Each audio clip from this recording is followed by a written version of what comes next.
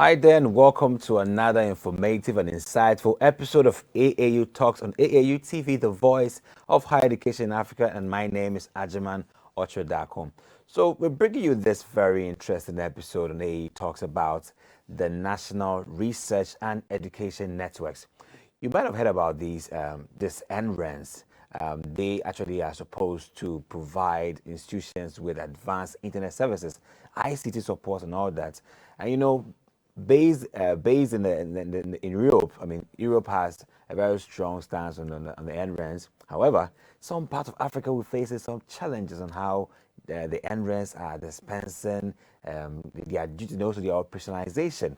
So I have with me very gallant men in the field of IT and networking to explain to us what the NRENs are meant for, what they are built for, and how they're supposed to carry out their duty, or let's say their operations, and also their infrastructural support. So don't go anywhere. Go for a break. When we come back, I'll let you know who they are. And as usual, we zoom right to discussion. Stay with me. Be back.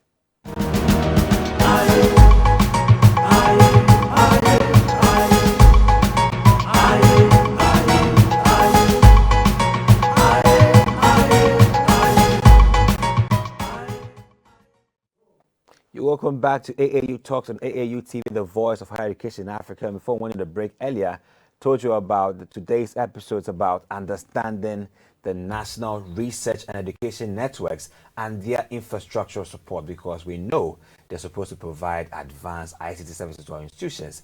And we're in the studio today to discuss the NRENs. As I have with me Benjamin Eshun, and he is the acting CEO of the Ghana Research and Education Networks, GhREN. And also I'm joined here by Abednego Corletey, and he is a Senior IT Officer at the Association of African Universities. You're welcome to AAU Talks. Thank you. Glad to have you. The NREN topic is quite sensitive in terms of its essence to advancing education and research in the African continent. I'm glad to have you here so we can open up the matter and understand the significance and also the inception of these NRENs. So the first question we want to know is, what is the NREN in the first place? How does it emanate, and where has it emanated from? So we can also appreciate the National Research and Education Networks, from how far it has come. So let's take it from you, Benjamin, about the NREN. What is it about? Okay, so thank you very much. So what you actually said was right. The NREN stands for National Research and Education Networks. Sure. And basically, it's a network of research and education institutions within a particular country. Okay. So its members are primarily the tertiary and research and education institutions in the country, and then in itself, the NREN itself is supposed to be a legal entity and organization on its own. Mm-hmm. So first of all, it's an organization, mm-hmm. and then that organization is meant to deliver services, and primarily in the area of providing internet connectivity and other related services to the tertiary institutions. Then it can also be viewed as as a collaborative tool between the members, or it can also be viewed as a collaborative organ in which the members can now collaborate with each other within the country, and then also from out. But then we'll get to that. So it's good to view the NREN as, first of all, as an organization, and then that organization has its own governance structure and its own staff and its own entity and all this, and then its main purpose is to now provide services to the tertiary research institutions within the country. So from that premise, yes, that's what it is. Yeah. I mean, Econosa, it's a huge platform, but let's understand how they are built. To dispense such huge resources to institutions for data. It has to be big. So how is it built in the first place, Abed? Okay, so to add a little bit to what Ben explained, we have it comes up to provide the infrastructural component, and then he also said it acts as a tool to help I'll call it the soft component, that is the members of the academic institutions and the research institutions to be able to work together, form as a pipe through which they can collaborate, do research together, do a lot of other things together. So that component is also there. So the NRENs are, from your question, are supposed to be, like you said, a whole entity on its own. They are supposed to look for funding to provide certain services. And so at the country level, they start off by either looking for funding, or if they have funding from donors, which happens to be what is happening in most of the African countries, from the scratch. They get funding from other European Union or wherever. They start building up the infrastructure and then providing services based on the needs of the institutions within their countries.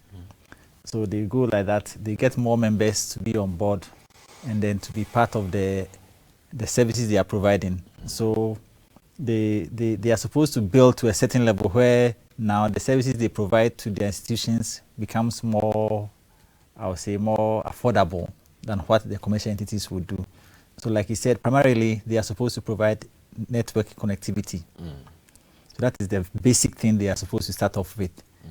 Build infrastructure that will provide network connectivity to members of their community, that is the NREN community. Okay. So that's how they start off with. Small, then they are adding up other services that are, like you said, IT related to the services they are providing. Gradually they build up to a situation where most of the academic or research institutions within the countries are all members of the NREN. Okay. That is when the NREN has become more vibrant and is able to provide such services to the members at a more affordable rate. Great. Now let's understand the structure of the NREN. You know, look at the kind of like the quantum of service you provide, even in Ghana per se, or let's say in Africa per se. We should understand what components form up to make an NREN much formidable. So take us through that. Okay.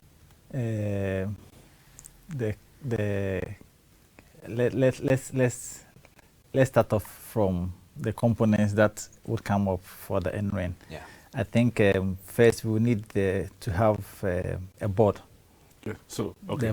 A board which would organize and control, or I would say direct, how the NREN should operate. Okay. That should be the starting point.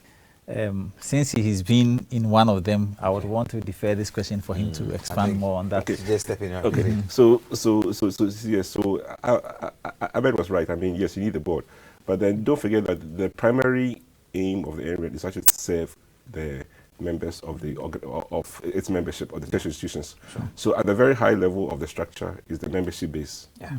made up of tertiary, private universities, public universities, training colleges, also all the things that span the tertiary institutions. and then add on top of that the research institutions, because they do a lot of research and collaboration with that need high speed connectivity and everything like that. Yeah. So that's at the very top of the structure. Then out of that, out of the membership, then there's a smaller set which is the board. The board, the membership is supposed to now tell the board that, look, we need this for our service. We need better connectivity, better pricing, higher capacity, higher connectivity, to do research with other institutions across the globe, the ability to just have a host of other services which they need.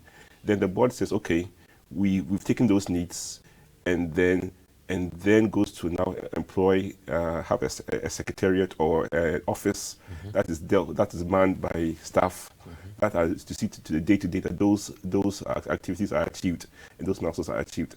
So and then provide those services back to the members. So then it's a cycle of the membership, having needs and having services, articulating that in terms of the needs to a board. The board now says, okay, we've heard what you're saying, we agree with you. And the board itself could be actually members of the NREN or other third parties, other people who are interested in the whole thing. Okay. Then comes to the organization itself, the staff. And the staff will have a CEO, have directors, finance, whole other things, and technical people, project officers that deliver the whole mechanism and be able to deliver back to them. Then back to the institutions. Then apart from that too, there will be other forms of working with them, specialized areas. So maybe you have scientists who they'll organize subjects subject related, what do you call it? Matter specialist. Subject matter specialists in certain areas. And so therefore, they have a group of them because they'll be spanning all the membership, because the members are made up of various universities and various research engineers. So that all that. So that the NREN just has a vehicle to coordinate all that at the very level. So the idea is that, I mean, it's a step above in just basic internet connection. Because yes, primarily the first problem or the first challenge is just better connectivity and better access to faster connectivity and better connectivity and lower pricing. That's the bare minimum, basic bare minimum, which has to be achieved. And then based on that one, other things are put on top of it, and then it just benefits everybody at whole. So yes, okay. So that's how the NRENs are built. Okay. So on the in a very simple organogram, for instance, we will just have the institutions at the base. I'll say they are the roots. Then we have in between the NREN as an entity or a secretariat there. Then we have the board at the top. So it's I would say an up and down thing. Okay. The institutions will let us know what they want. It goes through to the board. The board sets up the secretariat. They work through that. So the organogram, now the institutions now have to get the services from the NREN, which is in the middle. If the services are not coming from the NREN, the members who are the board members are also members of the institutions that are down here. I get the point. So it filters back to them. Is this mandatory membership or subscription based? Services for the NREN is subscription based. Okay. But the governing board members must be people who are having an interest in the operations of the NREN and who are benefiting from it. They must, in a way, own it. Own it, not to say that they are there trying to usurp the authority of the entity and trying to guide it, micromanage it, but own it in that they are interested in the functions or the services provided by the NREN, and they are helping to guide the way it should go, because they are the same people who are members of the NREN, the institutions who are benefiting from it. Okay. You get my point? So the institutions have people in them who are making use of these services. Who are represented on the board. Good. Exactly. Benjamin, you wanted to throw in a word with this one? Yes. I thought you were talking. You asked the question about whether it was mandatory membership or subscription based. Okay, so it's a little bit of both. Okay. because because you see, it's basically the idea is that the NREN should provide services that makes the investees want to join. Okay. So then it cannot be that you are mandated to join, because if you are mandated to join, then I mean, that's not the best approach. Yeah. There might be countries that have mandated membership, but the best approach is you are providing services that makes it attractive. Induce them to join. Induce them to join. Then once they join, then of course there will be some kind of membership subscription you pay, as well as to access some services.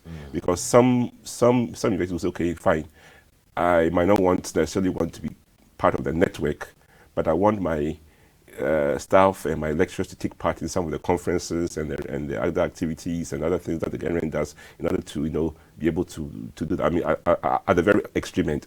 So then it's possible that yes, you might have members that might not be taking connectivity from the NREN, but it's a very rare case. But the thing is that you must attract the membership by giving them services that makes I'm better off being a part of them than staying away. So that's why I'm saying that it shouldn't be really. And another matter that comes to mind is, I mean, lots of institutions, lots of data demand.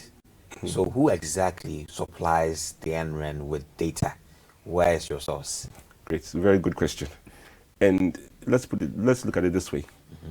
Without an NREN in the country, where did the investees or tertiary institutions get connectivity from? They get it from the ISPs. They get it from their various in-house ISPs and whatever, whichever exists. Now, the idea of the NREN is that to synthesize all that needs into one entity or one or two ISPs, and then use the economies of scale to pass the infrastructure back down to the members. Okay. So that instead of, and the idea is that some investees are so powerful that they can dictate the type of connectivity and the pricing that they want. Others too don't have that muscle. Don't have that to muscle. be on the table. Yes. So then, don't have that, but then by being part of the NREN, even the one that doesn't have that voice now, because it's a national issue, and they are talking about hundreds of universities coming together, that's collective power, bargaining power, allows even the smallest university to enjoy the same benefits as the bigger one. Okay. You get it. Okay. So then what happens is that they get that from the same ISPs. So instead of one particular ISP dealing with what they call so many institutions, they rather go back and then deal with one entity, which is the NREN. And the NREN is saying, no, because we are buying in bulk and because we are buying over a longer period of time, and most likely even paying in advance, they're able to negotiate the pricing to come down much, much lower than any university or anyone going out on their own. And that's just the connectivity bit. And that can be applied to several other scenarios. It will surprise you that in some countries in Europe, they actually negotiate even the price of electricity to the universities. Yes, because they say, no, we are 300 universities, so they go to the national electricity rate. So the area is just a vehicle in which universities can now use the economies of scale, the first and foremost to bring down the price of connectivity, but then later on it can be what do you call it? Other services, data storage, cloud hosting, disaster recovery sites, access to e-learning resources, and a whole host of other services, which we'll get that to sooner or later. Sure. So basically, that's the whole idea. So to answer your first question, yes, they get it from the same ISPs in which they would have normally have gone to. The only difference being that the NREN now acts as not a broker, but rather as a medium. Huge negotiator on behalf of this, and says yes, we are buying this huge capacity, we are paying for it in advance for the next 10-15 years or so, and then based on that they are able to now pass that savings down to the smallest university that cannot afford to go and fight that battle. Great. So if you're following that far, you understand that the NRENs have a huge responsibility to ensure that all universities in that particular country benefit from, the good service of internet at a very, very, very normal rate. But the question is, to make the negotiation, you should be on your toes, well-vexed and well-resourced. So we'll find out after the break who resources these NRENs and how are they faring. We'll be right back. Stay with us.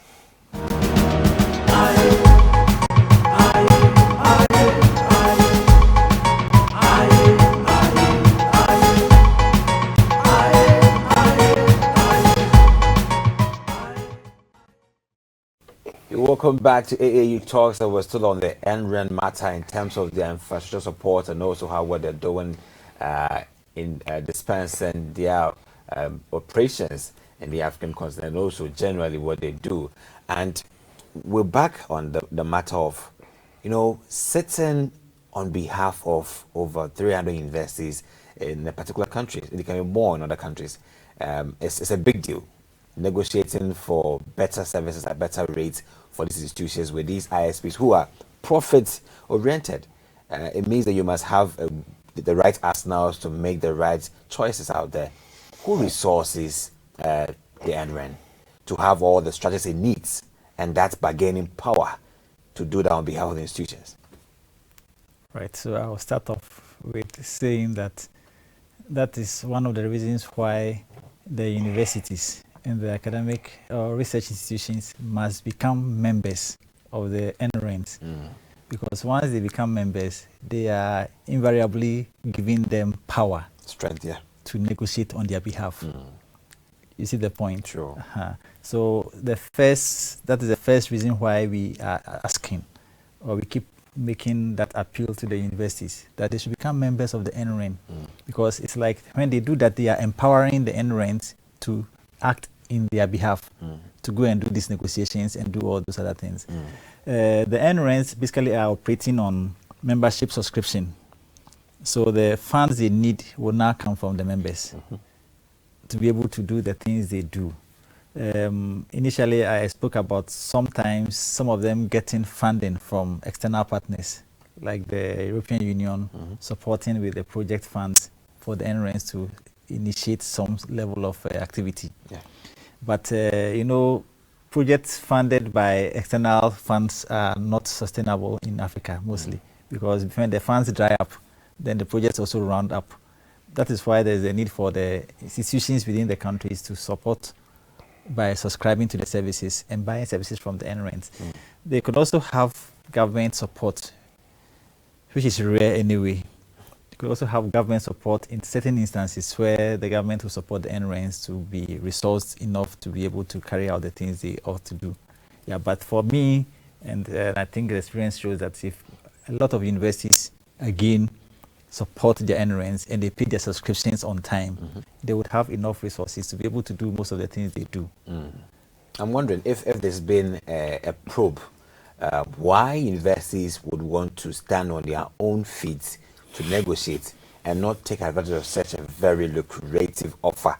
That, I mean, who doesn't want to be part of a body that would negotiate higher for them and they pay less than you go to the table and then pay that much more? Why are they doing this? Great. That's another wonderfully and good question. And then the answer to that is quite simple, is that you see, you have to break it down to a bit of financial management. Yeah. There's the capex, that's the capital expenditure, the capex of trying to have a huge network in place. Yeah. And then there are the operational expenses, which manage the day-to-day piece of the NREN. Invariably, the best model which has seemed to work so far is that the capex should be funded by government, donors, or or such people who have the money to be able to put up such resources up front. Then let the membership subscriptions and the fees charged for services take care of the operational expenses that go on a day-to-day basis. Okay. Now the trick is that finding the capital expense can be a bit of a Herculean task, because you're talking about paying for services in advance, buying capacity from telcos, getting licenses to operate, and a huge other set of factors. Like the infrastructure itself. Yes, and then actually it takes a concerted effort for the powers that be within a country to say, no, this is very important. This is going to ensure the long-term stability of our internet infrastructure in the country, especially in education. So if once you have that mindset that, yes, this is because the fact of that is that the internet and the other resources for IP are here to stay. They're not going away. They're going to. The only thing that's going to change is that the demand for it is going to go more and more and more and more. I can remember that. I mean, you didn't do a very good intro, but then when I came to AAU, when I was a staff of AAU, our internet connection at AAU was 64K.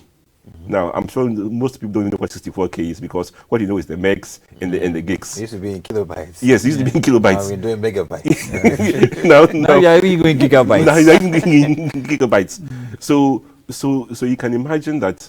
I mean, this is I want to say how many, but over the span of close to about 20 years, we've gone from the part where we are doing 64K, 128K, then 1 meg, then 8 meg, then from 8 meg going to 45 meg, then 45 meg, now you look at 155 meg, and it's going more and more and more and more and more. And it's going to go higher and higher and higher. So you feel like the trend is just an upward trajectory of highest, because you're going to do video, you're doing data, you're doing all sorts of tools that are high demanding.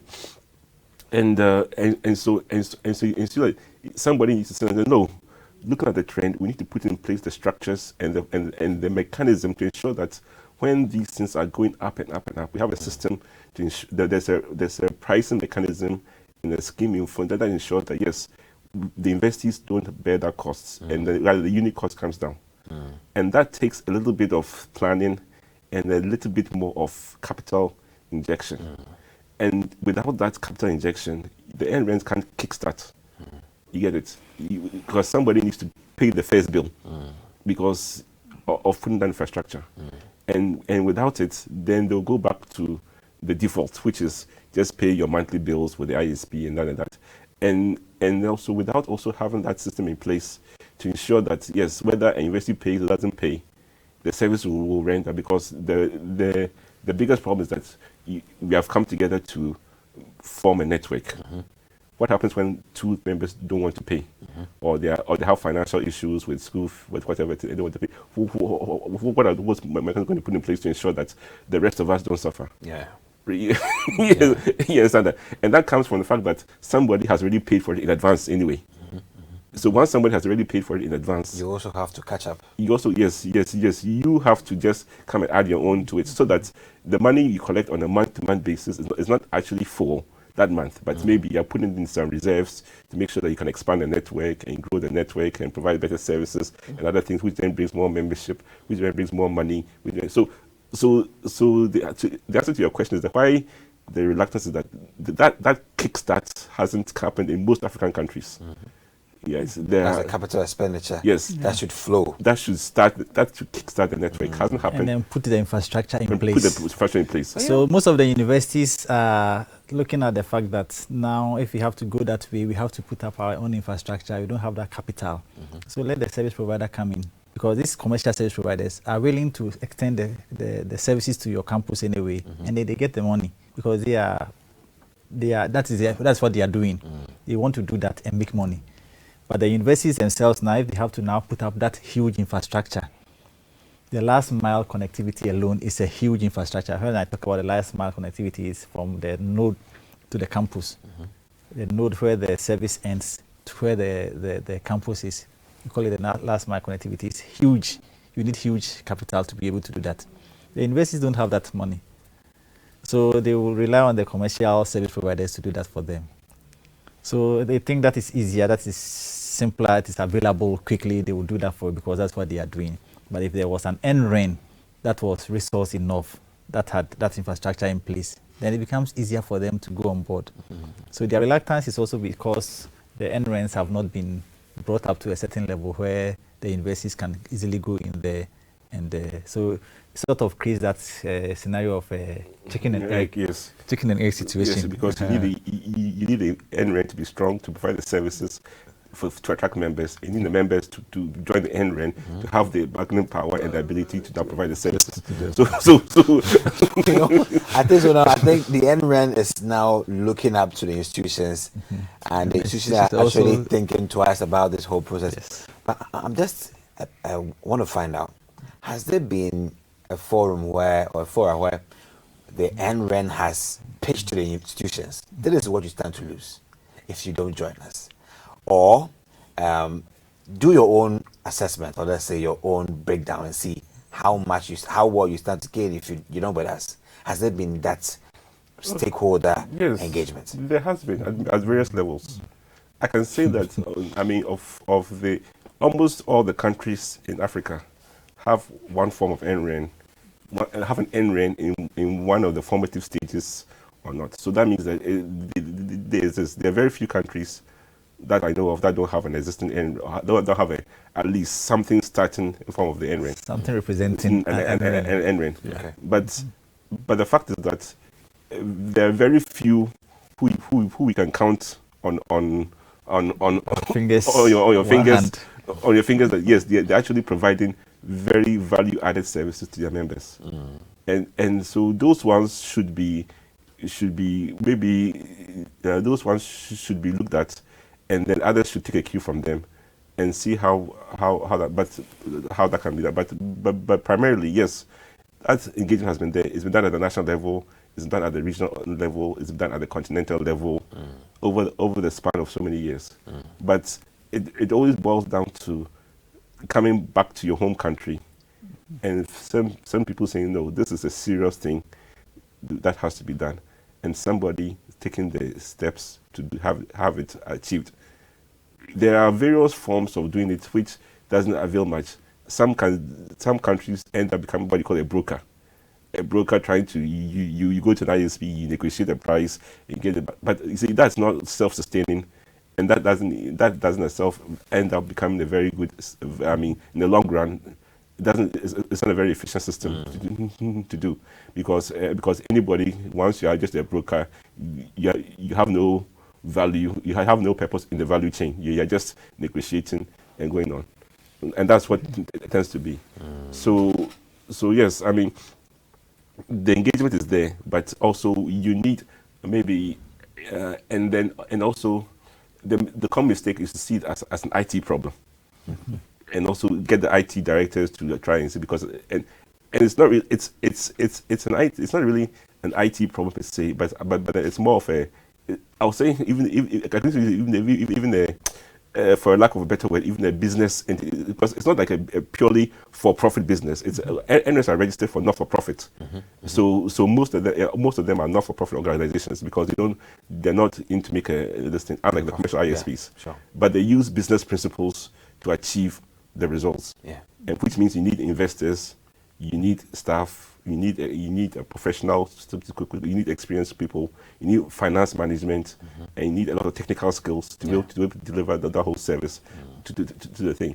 So if you see the purely as okay, and ITT directors trying to come together to form an NREN, most of them, don't work. I started from the very beginning saying that it's an organization. Yeah. So you must treat it like how are organizations formed.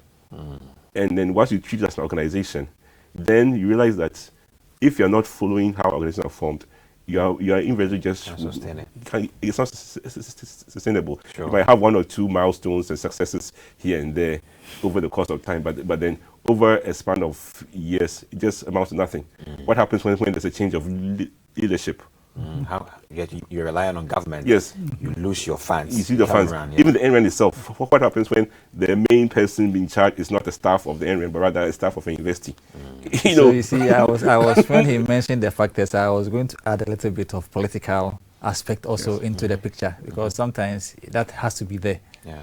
So like you were just saying, if the person who is in charge of the NREN is a staff of the institution, and the institution recalls the person, then what happens? Probably that person was the person who had the passion and was leading the process. Now he's been recalled by his institution. What happens to the project? It goes off. Sometimes governments want to intervene and do some other things. Sometimes the political situation makes it even impossible for things to work. So some of these things, there are a lot of other small things that come up together to make it difficult. And then I keep also saying that the policymakers themselves who take the decision that we become members of the NREN, I'm talking about the university management, the vice chancellors. Some of them also sometimes get to the point where somebody will come in, my institution is already a member of the NREN, then he decides that, no, I want to back out of the institution. And some of them do that. They withdraw their services. They withdraw their subscription, not services. Their subscription to the NREN. When you do that, you are in a way weakening its capacity or ability to negotiate for you, not just for the infrastructure, but for other services that they were normally doing. So some of these things also happen. And the turnover rates for vice chancellors in Africa, I think it's not only in Africa, but they have a high turnover rate. They are there for 3 years, for 4 years, they are out. No, it's contract based, so you would have to impress. And then if there are no policies, that says that when you are handing over, please include this in your handing over notes, so that whoever takes over from you is able to proceed on whatever you have got into, or whatever you were doing. It's sort of at a point it's lost out. It's lost out, and so there are a lot of other factors that come into to sort of dampen all the engagements that have happened over the years. Like you were saying, there have been a lot of engagement, but over the years they have all been dampened by one or two things. So if you go through the continent, there are various stages of NREN formations. Those who are crawling, those who are trying to learn how to walk, those who are standing up and learning how to run a little bit fast. A few that you can count on one finger. We can really refer to and say that, oh, this one is a vibrant, flying NREN. Really? So about wrapping up, I just want to ask this. Have you, over time, collated some of the reasons why investors back out? And has there been any reason about the pricing, the negotiating strength of the NREN? Has there been a single reason that, okay, I'm backing up because I think that the negotiating strength of the NREN is poor, I can do better. Has there been any that's that far? Yes. Yes. Any experience On which where grounds? somebody On which yes. grounds? You see, you see, like I said, it's I know of several cases of universities, some universities, because who have negotiated and gotten better pricing than the NREN itself, because there were certain high-profile universities that the ISPs just wanted to have them on their books, that I have this university A or I have this university B on my account. But that itself shows as fundamentally two problems. Either we have staff on the NRENs who are not experienced enough to know how to deliver on the mandate, or the NREN is not being resourced enough. So resourced enough in order to achieve the economies of scale and better pricing. So what you're saying is just a normal symptom. It's just a symptom of one of those two things. The staff either don't know how, or the NREN itself is not. There's not enough sufficient experience and skills to achieve that pricing, or they know how to do it, but yet they don't have the resources to go and buy that huge capacities and that infrastructure and things like that, or they're not getting the right funding from government or something to deliver. And when that happens, they can't function effectively. Yeah. So one or two universities that have the money will say, oh, they'll call their favorite ISP and say, oh, look, come and give me service, and this is what I want to pay. And depending on who's asking and which university it is or it isn't, they will then succumb to it. And so that is a sign. That's actually a symptom of a poor NREN. That can be addressed through either proper experience training or resourcing. Okay. So yes, it happens. And in Ghana, just before you end, Sure. in Ghana, I think there have been 2 or so experiences where they have just been upfront, clear that we are not joining because we have been able to clearly negotiate for better pricing, better services from the telcos than you people can give us. So there are practical examples. So it's like this: when somebody who's buying retail can buy it cheaper than the wholesale price. That's ridiculous. Exactly. So does that mean that? So think it that way. If you can go and buy, if you can walk to a shop and get something cheaper than the wholesale unit price, then it means that there's something wrong with the business. There's something wrong with the business. Not that the buyer is doing the right thing. Something wrong. There's something wrong with the business. Generic. I think we can't lament that matter about it because it's a critical matter, and we would like to talk deeper into a price matrix on how it works with the NREN in its full capacity. Optimal strength for an NREN and how well it can do, and not the abysmal scene where you have members drawing out because they can do better on the negotiating table than the NREN. We want to say a big thank you to you, Benjamin Eshun, and also Abednego Corletey, for your assistance on the topic to give the understanding of why the NRENs are built and what they're supposed to do. However, I know you are so eager to know what then is the price, let's say, breakdown for the NREN, why they are better on the table of negotiation than the institutions themselves. But I think we'll have to bring them later on to look into further matters concerning the NRENs.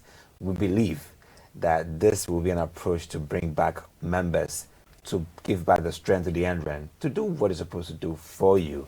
I appreciate your time and also for watching AAU Talks on AAU TV. We look forward to come to you again with another part of this interview, for you can appreciate why members should join the NREN and also give them back the power. Have a nice day and be safe. My name is Eshun. Bye.